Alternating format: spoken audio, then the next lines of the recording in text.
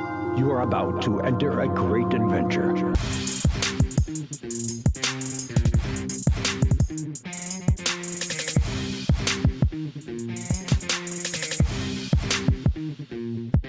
This is Starting from Gorilla. Welcome back, guys, to another episode of Striding from Gorilla. I'm Mikey Cash. He is Big Vito.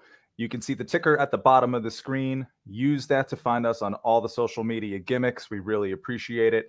Keep watching, keep listening, keep subscribing. Tell all your jabroni friends about this award-winning podcast that's never won any awards.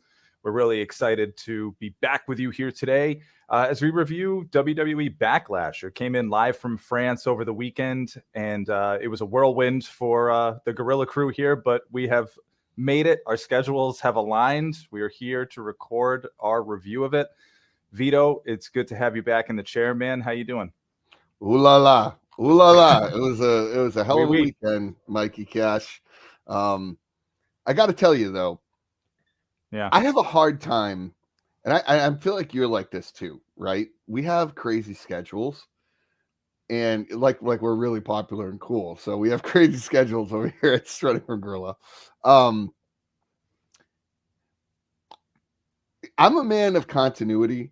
I need to have like structure, and these crazy Saturday afternoon pay-per-views, and as much as I love them going to France and like Puerto Rico and all these different places, it's really challenging because it's like I'm doing stuff in the middle of a Saturday. Like it's hard to watch it. And what's great about Peacock is you can go back. The problem is, like, God forbid I open up my phone for 1 minute, I see every spoiler imaginable, through the Twitter machine, or the X machine now, I guess you would call it. So that's my only gripe. So I just want to get that negative out of the way. I get why they do it. They have to kind of do it that way. But it just, I almost need, like, when the Patriots or the NFL or any sports team now, they have a calendar document that you like download and I put it in my phone. I need that for the pay-per-views because I get really confused. And I'm a simple man. I get very confused. Well, I agree with you, Vito. You are a simple man. And I also agree that the pay-per-view schedule is a little bit wonky. I think because they're clearly trying to make an effort to capitalize on what I think all of us at one point were asking for, which is, can you not have it on a Sunday night? Yeah. So I think in that vein, they've been trying, and with some success, I would say. I think now it's be careful what you wish for, because now you're getting it. And now we're getting it, and we're like, well, I don't know, I'm busy on a Saturday. It's like, yeah, I get it, but well, I guess we just feel the pain that all the other countries feel when it's on a Sunday night and people are watching at 1 a.m. So, all right, I'm off my soapbox. I just want to point that out. Good. That's all. If I had I gotta have one thing to complain about. I can't just be jovial Vito over here all the time now. This show would be unrecognizable if we're just happy all the time. Right. It doesn't make any sense. But no, I do got to give props to the crowd in France. And you know what? Realistically, shame on the U.S. because we don't give them half the energy that some of these international crowds have given these pay-per-views. I mean, Puerto Rico, and I guess that's really not international, but close enough. Technically. Yeah. But all these crowds have been off the charts, man. And it very much reminded me of the Attitude Era. That was good stuff. And you know what? I would love to have been in one of those crowds because it's contagious, right? You go to the show like that and you want to be excited, and it's different. Like I experienced that twice. Once when I was at WrestleMania 14, okay, and the second time was when I went to Raw. Probably what was it? Like about a year ago. The one that I wasn't able to get tickets for you, Mikey, and I'm sorry about, but that was the one, and it was like that type of feeling. It was good. That's a great live experience, and it's even better for the wrestlers. And then it all translates and comes full circle because you get this amazing show. Well, one, thanks for rubbing salt in that wound. I said I'm sorry. Two, I'm right there with you. I think The crowds on these overseas shows have been phenomenal, man. It's next level kind of stuff. When I was actually just texting a friend of mine about this, you look at all the different wrestling towns across the U.S. You think Chicago, you think Boston, you think Madison Square Garden. There's probably others that I'm leaving off the list, but just for those as an examples, those are always big wrestling towns. When you go there, you know the crowd's going to be hot. You and I were both fortunate enough to be in Brooklyn during that NXT show that crowd was absolutely phenomenal for. That's true. That was a good one too. This crowd and these overseas crowds are putting that to absolute shame. It's making it look like we're just sitting on our hands. So I don't know if that's going to have an effect, as if crowds are going to start trying to one up each other in how involved can we get. But I'm excited because you felt the energy the whole time. That crowd was into it from the moment that show started till the very end of the show. It was really cool. And you yourself feel that excitement. And so then you're kind of responding almost in the same way, because you're like, oh, this is really good. I'm really enjoying it. And as a show overall, Backlash really did not disappoint.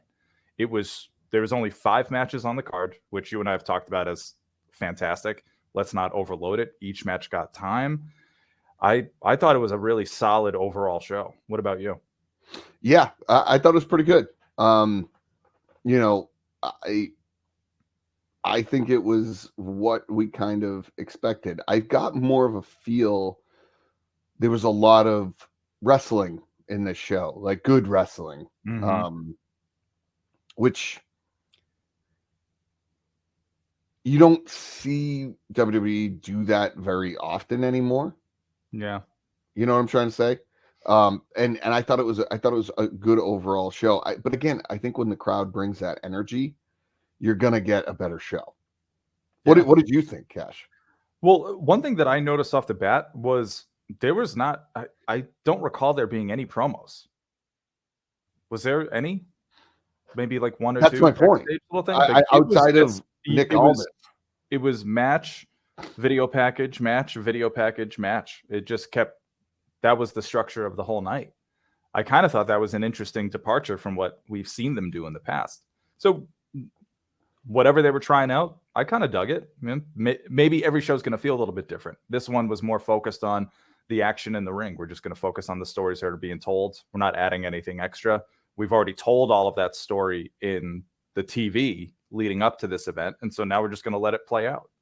Yeah, I think that was interesting. I also think, and we've talked about this before, but the production has been just different. Like the fact that they have the smaller entranceways to fit more fans. They don't have the big Titantron. I mean, they had a big screen, but it's not a production that they would normally put on. I think that's kind of a shift away from what they've done in the past. And I like it because you're fitting more fans in there, right? And if they have the ability to do that, why not? And I personally enjoyed it. It's a shift away from what they've done, and they've been on a good shift, and I like what they're doing.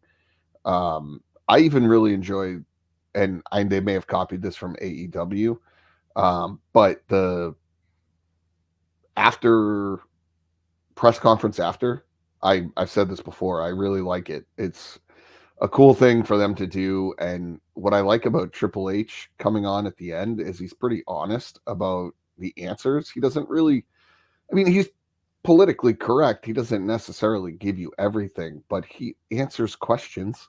Like, it's not like he tries to sway you in some direction. He answers them honestly. And I think it's a breath of fresh air, to be honest. Agreed. And I think you can see it with the talent. You can see how they enjoy this more. They get to do what they love to do.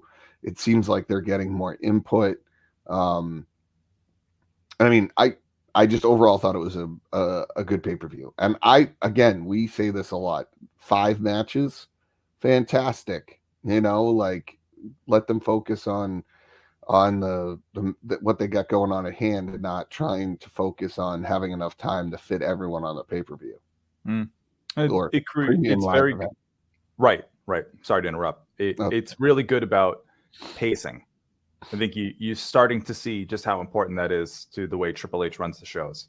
He wants it paced. He doesn't want the crowd to be exhausted by the end of the show. He kind of wants them to sort of have the up, the down, and give them that time to sort of recalibrate before the next match. But when there's not a lot of matches, it's easier to do that than if you had like 12 matches. Yeah, and I also think it's probably easier for them when they go over to overseas. They don't have to bring the full roster, right? Right. So that's also pretty cool in itself. Yeah. I'm with you. So we've been gushing about this. Let's go through this match by match, man. There's only 5, so I think it's easy for us to do it. Let's dive right in. The show kicked off with a bang. We had Solo Tama Tonga versus Randy Orton and Kevin Owens. What did you think of this? I felt like this was kind of up your alley, the way this devolved into an ECW like street fight. Yeah, it was a hard hitting match, man. One thing I will say, I'm not super sold on Solo as this, like, I think I get what they're trying to do in the evolution of the storyline. But it's clearly evident that Roman Reigns is just a big star, right? Solo doesn't really have that big star effect to me. Hey, listen, I'll give him time. I mean, listen, whatever, it is what it is. But I thought this match was good. It was very hard hitting. It was very Kevin Owens-esque. It, obviously they started out and it was just this mad brawl. And Nick Aldis came out, right? It's Nick Aldis. Nick Aldis came out and turned it into a street fight, basically. And yeah, they went out into the crowd. One of my favorite parts was when Randy Orton, he got on the barricade and acted like he was going to jump off, and then he was like, "Nah, I'm not doing that." It was pretty awesome. He was just like, I'm good. I'm all right. Yeah. But what I like about it is, with Kevin Owens, he's such an interesting guy, right? Like I think for his entire career, I've been trying to figure him out. And if you look back in his days before WWE, he did a lot of hardcore stuff. He could have been a great ECW wrestler. Like he used to do the buckle bomb, and then they stopped it. I mean, that thing was vicious. I don't know if you go back and look at some clips, it was pretty vicious. But you put him in a match like that, and I feel like that's where he shines. And not that he's a bad wrestler. I always liked Kevin Owens, but I think for his, like, when he was champion, it was always challenging to look at him and say, okay, what makes this guy different? And he's a big guy. He'd do some stuff off the top rope, and he came on the scene pretty quick with Cena. But I think that's just where he shines. So like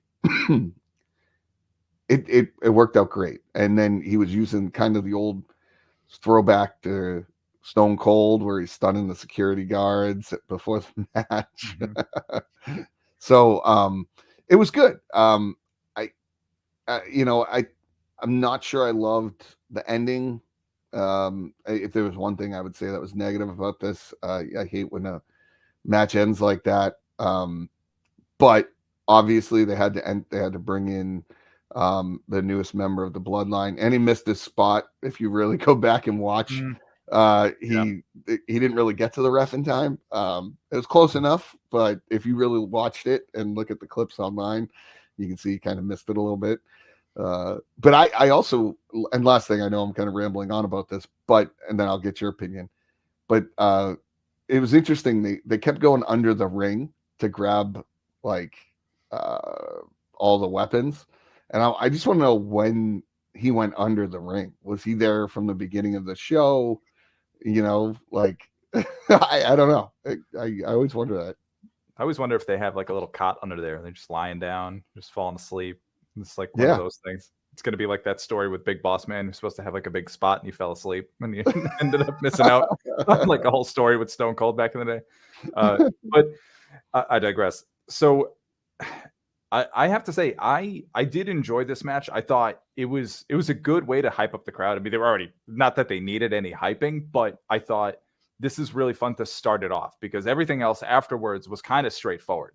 So this was the way to have like this big chaotic match that took you all over the building. I thought, like you said, I think Solo is developing. I think he has gone from the silent assassin to now being thrust into what people are like maybe assuming is he the tribal chief? Is he sort of next in line, as Roman has even said on TV before? So is he kind of taking that to heart? And because Roman's gone, he's trying to step in and run things. I find myself from a story standpoint looking at this a little differently. I think Solo is following orders from somebody, and you can tell the way Heyman's reacting. He looks like a guy who's lost control of the ship. So the question I think on people's minds when you're coming out of this with the introduction of Tonga Loa, who is Tama Tonga's brother and both the sons of Haku / Ming, I think you're finding yourself wondering who is the puppet master here, who is really the tribal chief. We all probably have a theory in mind, and it's probably very obvious. It's likely a boss of some kind, a final boss of some kind, who's really pulling the strings here. But I like that we're just getting little pieces of that.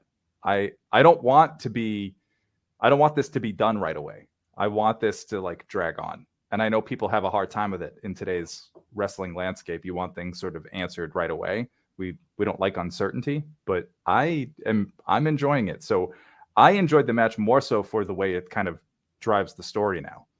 And what does it look like with Tonga Loa, Tonga, and Solo as part of this new bloodline? And will there be any other members? You know, will they add a female member? Nia Jax is on SmackDown. Will that be something that they incorporate? That's an evolution of the bloodline they've yet to really dive into. So I don't know. I'm looking forward to it. But those are my thoughts on this match. And that I loved the karaoke that the crowd sang for Orton's song. I've never heard that before, so that was new. I wouldn't know all the words. I was actually impressed. They all knew the words. There's pieces of it I know, but yeah, I didn't know any of it. All right, let's move on here. So the next match was the women's championship match. That was Bayley versus Naomi versus Tiffany Stratton. Vito, I'm going to you. What'd you think? Yeah, I thought it was a good match. I'm glad Bayley won. I thought it was what it needed to be. I still think Tiffany Stratton is fantastic, and kudos to you. You've been talking about her for a while, Cash, before she even came on the scene. But I think she's taken an opportunity from when Charlotte Flair got injured and really has kind of run with it. I don't think it was her time to win it, and I don't think it was Bayley's time to lose it. But I thought it was a good match. I mean, that's about where I can leave it off at. What were your thoughts?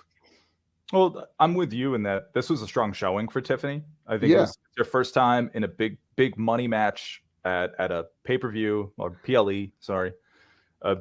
I think this was also another example of what we've mentioned before regarding Bayley, that this is just her being able to live up to the reputation of making some of these other stars. And I think this was no exception. I think she made Tiffany look really good. I think she also made Naomi look really good.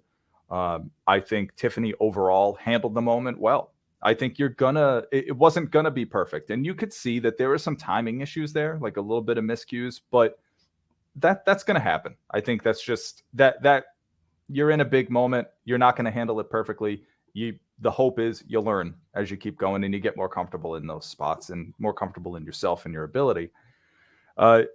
Something that struck me as I was watching that match is actually about Naomi. And there's just something so different about her since she came back from TNA. I think that was probably one of the best things she ever could have done, because there is a different kind of vibe to her. She really is a veteran now. She's really someone who is more confident in herself as a performer and in her character. And that's conveyed in how she presents herself to the crowd. And they love her. So I just think it's awesome. I love when a performer's out there and like really comfortable and you can tell. And really, for the most part, all three of them are incredibly comfortable in where they are right now as what their portrayals are on TV. So I think the right person won, and we'll just see where things go for Bayley. And yeah, it was a great match. I really loved it. I wish I had more like articulate or more things to articulate about it, but I just thought it was a good match. Solid triple threat match. Yeah, the only thing negative I would say, and this is just an overall opinion, is and this might be controversial, and that's completely fine, but I like Naomi. I just don't know that she's at the level of Bayley and a Tiffany Stratton. I don't know how to explain it to you, but that's kind of what I get. I'm not saying she's bad. Don't misconstrue what I'm saying. There's a difference when you watch a Naomi match and like Bianca Belair or Becky Lynch. I mean, there's just a distinguishable difference when you watch them and the levels of wrestling. I'm not saying it's bad. It's just different. And, I think when she left with Sasha and they wanted that push and they weren't getting it, I'm just not sure she's at the level of Sasha. Like that's just my personal opinion in the ring, even on the mic. But I don't think she's bad. I just wanted to point that out. And I think you can see with Tiffany Stratton, she's got more runway with her wrestling ability at this point. That's all I would say. Sure. That's all I would say. I think I would agree with you to an extent. I wouldn't say she's like top of the division, but I think her doing what she did has allowed her to sort of be up there in that main event scene. And Agreed. I think that's what I enjoy about it is, not everyone is going to be the top of the top, but you're going to have you need people that can hang in the upper echelon, and she can do that. Yeah. Agreed. Yeah. So, all right, let's keep going here. Next up is our World Heavyweight Championship match. Damien Priest versus main event Jey Uso. Yeet. That's all I could say about it. Yeah, I mean, I thought it was fine. I personally like Jey Uso as a solo wrestler. I think he's doing a great job. It like kind of reminds me of, and it's a little bit different because you have two twins, right? And they look alike, but it kind of reminds me of like Marty Jannetty and Shawn Michaels, right? Shawn Michaels was great in the tag team. And then obviously, what he did in his solo career, right? And that's what you remember him for. But the Usos were such a great tag team. To me, I think Jay does a far better job as a singles wrestler than Jimmy. And it's clearly evident when you watch the two of them wrestle. Like the match at WrestleMania, Jay, I thought was great. Jimmy, I'm not so sure, but it's hard to tell because they're twins. Like they're so similar. But to me, I feel a difference when you watch them, and I'm glad he's having the singles chance. And I think he's going to do really well. I thought this match was fine. To me, it was probably the least exciting of the matches, in my opinion. And Damien Priest, I'm fine with him being champion. I just am not sold on him. I don't know how to describe it to you. I got no problem with the guy, but he did some cool moves, like those corkscrew kicks were pretty cool. Big time. And he's a big athletic dude, and he's come a long way. I love that he does the Razor's Edge, and I think we compared him to Scott Hall a long time ago in like that same kind of style. Yeah. But that's about where I could say I thought it was fine. I mean, lots of title defenses here, and lots of title I don't think any titles change hands. So no. Actually, one did. You're right. Yeah. One. It's did. the match after, right. but we'll get to that. Yeah. I'm with you right now. I think they're just trying to establish Damien as a champion. And I feel like that's always the challenge whenever you have somebody win it via cash in of Money in the Bank, and it wasn't like a one-on-one match where you kind of had a story build up. So I think they're sort of creating it retroactively. He's carrying the history of Judgment Day and that story, which is what I think kind of overshadowed the match itself. So that's why I don't have too much about the match. I thought it was fine. And I'm kind of with you where it's like a spoil of riches, because every match was so good. It's like, all right, well, this was like maybe the one I was least invested in, but the story behind it, I find myself invested in. And that story of what's going to be happening with the Judgment Day, there are so many cracks in that armor right now. You got Dom kind of doing whatever he's doing with Liv. I don't know if you saw Raw last week, but there was an interview going on, and behind you saw Liv leave a room, and then Dom came out from the same room like a couple seconds later. So you have that. You got JD McDonough and Finn Balor that are getting overly involved in Damien's matches, and he wants to do things, the right way. So he's kind of turned in face. So I can feel it coming, and I think everybody can, and that's the point. But they're definitely headed towards Finn versus Damien in my eyes. And I think that will be a really good test for Damien. You're going up against a guy who is a former champion. He's the first Universal champion. We could argue about like what Vince did to his run at the top, or his attempted run at the top, but now Triple H is in charge, and he's a big Finn guy, and Finn has been prominent, and he's been showcased very well in my eyes. So I think it'll be a good rivalry once it really takes off. And from what I saw on Raw last night, it's already headed in that direction in my eyes. But I wouldn't be surprised. So this match, again, really more served to just further the story than it was about the match itself. But I thought it was good overall. So. Nope, I agree. And then next we had the Women's Tag Team Championship match. Kabuki Warriors versus Bianca Belair and Jade Cargill. Dude, Jade feels like a star, man. She really does. They have presented her so well. They got the rocket. They strapped the rocket to her. Yeah, and rightfully so. I mean, she's a force, right? You look at her, and I think our biggest concern was, can she actually wrestle? Because we never saw her wrestle. And she's doing a good job. I think teaming her with Belair is a perfect matchup. I also think, obviously they won the tag team titles, spoiler alert. And I think that puts, the women's tag team titles, it's hard with the men's tag team titles sometimes, right? Like to give them relevance. And I think having them as the tag champions does give a little bit of boost and kind of pushes people. I mean, they're a hell of a force to be reckoned with, two of the strongest women in WWE, and most athletic, to say the least. So, I thought it was good. I mean, I feel a little bit bad for the Kabuki Warriors. Asuka has she used to be this dominant force, and I feel like she's kind of fell from that a little bit. But I thought it was a good match, and I thought it was a good way to boost those tag team titles. I'm with you. I think this is a good start for Jade and Bianca's story together, because I believe that at some point we are headed towards the collision of the two. And definitely. And on SmackDown the night before, we saw, I think, the start of that.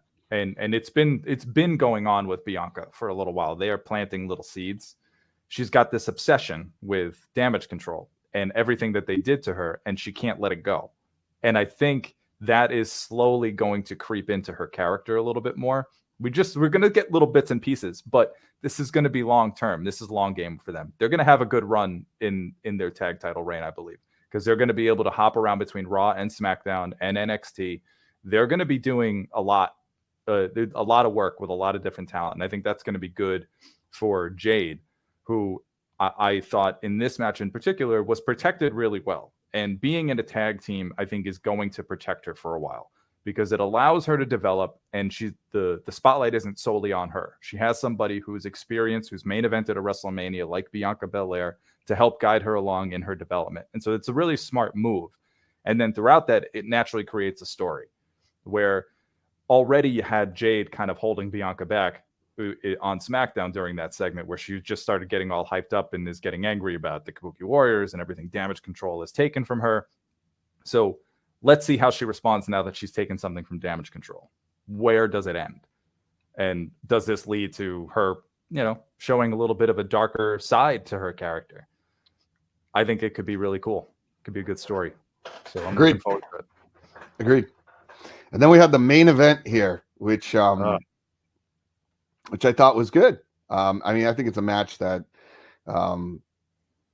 could headline any pay-per-view. AJ Styles, I know I talked about Shawn Michaels already, but AJ Styles really, if you're going to look at somebody who, and I think Undertaker has compared him to Shawn Michaels too, but he kind of elevates the guy next to him in the ring. And I think it's a really good comparison. I mean, if you look at anybody on the roster right now, you could put him in any match and he can do that, right? And it turns into a good match.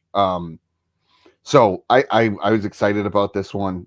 What I really liked about this was the story about Dusty and AJ wrestling in 2003, and now it's 21 years later, and he's wrestling his son. And a really neat thing that I saw, if you go back and look at the footage from TNA, AJ has these shorts on, they're purple, and he had his ring gear custom made to replicate those colors. So he had to, I thought it was a really unique touch that just says a lot. And what a cool story. You get to wrestle his son. And I feel like at that time AJ was still new and Dusty probably helped put him over. I forget what happened in the match. I would assume AJ Styles won, but I don't know. Yeah, I would assume he did. And now he gets the chance to kind of repay that favor to Cody, or to Dusty, to Cody. And I mean, not that Cody needed it or anything, but I just think it's a cool little intricacy that some people may not know about if you didn't know about TNA. So yeah, I thought this was a really great match. I liked kind of the build to this match because of that history that was there with AJ and Dusty. And this was a nice first defense for Cody. This was the guy to do it against. It was the kind of the modern day sort of Shawn Michaels-esque guy who can do it all and he can perform with anyone. And this was no different. That match delivered. It was a really good, that main event style match. They didn't go too crazy. And I feel like the WWE as a whole is doing a good job of really showcasing the different styles of wrestling in their match cards. And you can see, there's going to be sort of the more harder hitting. There's going to be a bit of the more athletic, and they're going to be kind of doing, the flippy floppy. And then you got people that are working like strong style, like the Kabuki Warriors. You work with them, they're going to beat the shit out of you. And then you have the main event style, which is what you got Cody and AJ doing. And they're really great examples of that in my eyes. I thought they had a really great back and forth. The crowd, obviously, as usual, as they were all night, was into it. It was one of the loudest woes I've seen in Cody's entrance history so far. I thought it was really fun. And the right guy won, obviously. This is just continuing to establish Cody as the new guy. And to keep using a term that's being overused now in wrestling, a new era in WWE. Right. No, I completely agree with you. I thought it was great, and I'm excited to see, what happens next year with Cody Rhodes. So, I don't know what else I could say about it. I if I were to sum up this pay-per-view or this premium live event, I would tell you that it was WWE's chance to show that they could wrestle. It wasn't just about the entertainment piece, right? And I think they did a really good job. I liked it, thought it was great all around. And that's pretty much how I would sum it up. And I'm excited to see how we continue and we move on. What is the next pay-per-view coming up? Is it the Saudi Arabia one? Yeah, it's the King and Queen of the Ring. So that's Gotcha. what that one's going to be. So they've already started the King of the Ring tournament, and it kind of feels like they've already begun their build for it. They're doing it kind of old school again, where they were having like a bracket for Raw and SmackDown, and there's going to be qualifying matches throughout. It's feeling like the King of the Ring of old again, which is kind of nice. So good. Yeah, I I'm think that'll be looking forward to good. that. I've always loved King of the Ring. I love a good tournament, and especially when you like build a show around it. That's kind of cool. Yeah. Real quick, if I'm going to give you my predictions of who's going to win, I'll just tell you that one woman, one man before we end this episode here. I think Tiffany Stratton's going to win Queen of the Ring, and King of the Ring. I am going to tell you it is going to be Braun Breaker. Oh, Braun Breaker. That's a good one. I don't know who I think is going to win. I'm going to have to get back to this. I don't know if I don't know if I have a good person yet of who. No, just top of the head. Top of your head. You don't have time McIntyre. I still think Drew McIntyre is going to somehow find his way into this. Good one. Okay. I just love how miserable his character is. Me too. Everything terrible happens to this guy. Like he wasn't medically cleared to compete last night. So technically he's out of it, but I know he's going to find his way in. I know he's going to find his way in. And what about the woman? You got to pick someone. Oh, I'm with you. I think it's Tiffany. I think it's Tiffy Time. There's no way. There's no way. Yeah. It could be anybody else. We might get surprised, but I think if it's not Tiffy, it might be a returning Charlotte Flair. Oh, that's a good one too. I don't know if she's ever been queen of. Oh, I think she has one. No, never? She hasn't. No? She's just they just call her the queen. Yeah, that's true. So it's kind of fitting. Fair enough. All right. Any other thoughts?